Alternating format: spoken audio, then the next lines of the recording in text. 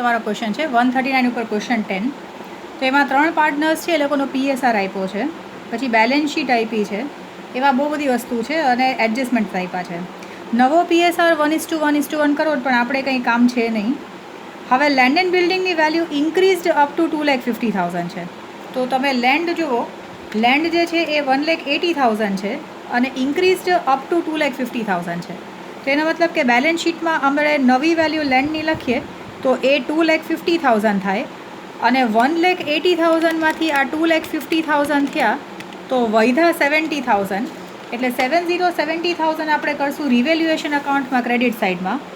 જેમ કે જે વધારો છે તો અહીંયા બાય લેન્ડ 70,000 બેનો ડિફરન્સ.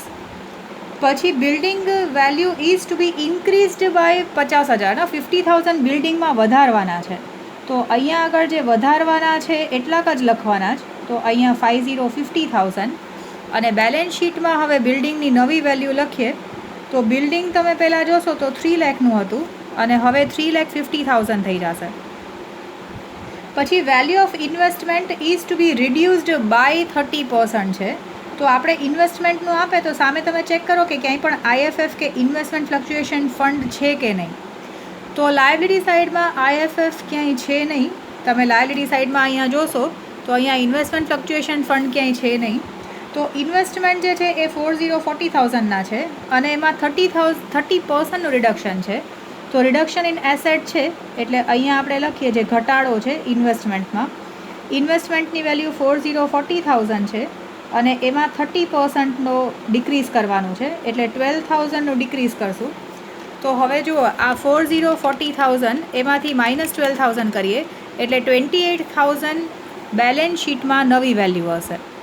તો બેલેન્સ શીટમાં ઇન્વેસ્ટમેન્ટ હવે દેખાશે 28,000ના, કારણ કે આપણે 30%નું રિડક્શન કર્યું એટલા માટે. પછી બેડ ડેટ રિઝર્વ જે છે એ 20% રાખવાનું છે અને ડિસ્કાઉન્ટ રિઝર્વ ઓન ડેટર્સ પણ 5% કરવાનું. તો તમે લાયબિલિટી સાઇડમાં કે ડેટર્સમાં નીચે કે ચેક કરો તો ક્યાંય પણ બેડ ડેટ રિઝર્વ કે કંઈ છે નહીં. તો આપણે ડેટર્સથી શરૂઆત કરીએ તો બેલેન્સ શીટમાં ડેટર્સ જે છે એ 50,000 છે. પહેલાં આપણે માઇનસ કરીએ bad debt reserve as per adjustment, તો એ 20% છે. તો આ 50,000 એના 20% એટલે 10,000 થશે. આ 50,000ના 20% કરશો એટલે આ 10,000 રિડક્શન કરીએ તો આવશે 40,000. અને હવે DDR એઝ પર એડજસ્ટમેન્ટ, તો ડિસ્કાઉન્ટ રિઝર્વ જે છે એ 5% છે. તો આ 40,000ના 5% થશે. તો આ 40,000 એના 5% કરશો એટલે 2,000 આવી જશે અને એ માઇનસ કરશો તો અહીંયા 38,000 આવશે. આ જેમ આપણે ફાઇનલ એકાઉન્ટ્સમાં કરતા હોઈએ એમ. અને આ બે જે છે એ રિવેલ્યુએશન અકાઉન્ટમાં ડેબિટ સાઇડમાં આ BDR અને 2DDR આ એઝ પર એડજસ્ટમેન્ટ છે એ. તો આ 10,000 છે અને અહીંયા 2,000 છે, એ બે આવી જશે. પછી stock value of 15,000 is to be reduced by 20%. જો સ્ટોકની ટોટલ વેલ્યુ બેલેન્સ શીટમાં તમને 35,000 આપી છે, આ સ્ટોકની વેલ્યુ 35,000 છે, પણ 35,000માંથી 15,000ના સ્ટોકમાં જ 20%નો ઘટાડો છે. એટલે 15,000ના 20% કરીએ તો 3,000નું રિડક્શન છે. તો જે રિડક્શન જે છે એ રિવેલ્યુએશન અકાઉન્ટમાં ડેબિટ સાઇડમાં આ જે 15,000 છે એના જ તમારે ખાલી 20% રિડક્શન કરવાના છે, એટલે 3,000 ઓછા કરવાના છે. અને બેલેન્સ શીટમાં તમારો જે ક્લોઝિંગ સ્ટોક છે, તો ક્લોઝિંગ સ્ટોકનું ટોટલ અમાઉન્ટ તમે જુઓ તો 35,000 છે અને એ ક્લોઝિંગ સ્ટોક 35,000માંથી આપણે ખાલી આ જે રિડક્શન છે 3,000 એ માઇનસ કરીએ તો અહીંયા 32,000 આવી જશે બેલેન્સ શીટમાં એસેટ સાઇડમાં. પછી amount of 20,000 is not payable to creditors, તો એ આપણને ફાયદો થઈ ગયો. તો અહીંયા બાય ક્રેડિટર્સ, કારણ કે ક્રેડિટર્સને આપણે 20,000 નથી દેવાના. અને બેલેન્સ શીટમાં પણ લાયબિલિટી સાઇડમાં આપણે ક્રેડિટર્સમાંથી એટલા ઓછા કરી નાખીએ. ક્રેડિટર્સ તમે જોશો તો એ તમને 1,70,000 આપ્યા છે અને એમાંથી આ 20,000 ઓછા થઈ જશે એટલે 1,50,000 જે છે એ ક્રેડિટર્સના હવે બચશે. પછી 3,000 આઉટસ્ટેન્ડિંગ એક્સપેન્સ છે અને 2,000 ઇન્કમ રિસીવેબલ છે. તો આઉટસ્ટેન્ડિંગ એક્સપેન્સ જે છે એ રિવેલ્યુએશન અકાઉન્ટમાં ડેબિટ સાઇડમાં 3,000 અને બેલેન્સ શીટમાં પણ લાયબિલિટી સાઇડમાં આ આઉટસ્ટેન્ડિંગ એક્સપેન્સ 3,000. જો આમ તમે જોશો ને તો સાઇડ સેમ જ છે એમ. અને આઉટસ્ટેન્ડિંગ ઓર ઇન્કમ રિસીવેબલ છે તો એ આપણા માટે ઇન્કમ છે. તો ઇન્કમ રિસીવેબલ જે છે એ રિવેલ્યુએશન અકાઉન્ટમાં ક્રેડિટ સાઇડમાં 2000 અને એ સેમ વસ્તુ આવશે બેલેન્સ શીટમાં એસેટ સાઇડમાં. અહીંયા લખી નાખું છું આ ઇન્કમ રિસીવેબલ. તો ઇન્કમ રિસીવેબલ જે છે એ 2000 છે. હવે એડજસ્ટમેન્ટ્સ બધાય પૂરા થઈ ગયા. હવે બાકીનું આપણે લખવાનું સ્ટાર્ટ કરીએ.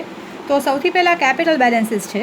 તો અહીંયા બાય બેલેન્સ બ્રોડ ફોરવર્ડ લખીએ તો આ 2 લાખ, પછી 1 લાખ અને 2 લાખ આવે છે. પછી નોન કરંટ લાયબિલિટીઝમાં 10% બેંક લોન છે. હવે જો આમાં 10% બેંક લોનમાં ભલે રેટ ઓફ ઇન્ટરેસ્ટ આવ્યું, પણ આમાં આપણે હિડન એડજસ્ટમેન્ટ સમજીને કંઈ કરવાનું છે નહીં, અનલેસ એન્ડ અન્ટિલ એવું કીધું હોય કે એનું લોનનું ઇન્ટરેસ્ટ આઉટસ્ટેન્ડિંગ છે. એટલે આપણે આ ખાલી એમને જ આપણે લખવાનું. રિવેલ્યુએશન એકાઉન્ટમાં આપણે દોઢ દયા નહીં થવાનું કે આ પર્સન્ટેજ આપ્યા તો આપણે બે ઇફેક્ટ આપી જ દઈએ એમ. એ ટ્રાયલ બેલેન્સમાં હોય તો અલગ વાત છે, બેલેન્સ શીટમાં છે એટલા માટે નહીં આવે. પછી બિલ્સ પેએબલમાં કાંઈ ચેન્જીસ નથી. તો બિલ્સ પેએબલમાં અહીંયા 40,000 છે. પછી વર્કર્સ પ્રોફિટ શેરિંગ ફંડ છે એ ડિસ્ટ્રીબ્યુટ નહીં થાય એટલે એ આપણે એમને લખી નાખ્યું. અને આઉટસ્ટેન્ડિંગ એક્સપેન્સીસ પહેલાંના તો હતા એ આપણે પાછા લખી નાખ્યા 10,000. પછી એસેટ સાઇડમાં જુઓ, લેન્ડની નવી વેલ્યુ લખાઈ ગઈ, બિલ્ડિંગની નવી વેલ્યુ લખાઈ ગઈ. મશીનરી જે છે એમાં કંઈ ચેન્જીસ નથી.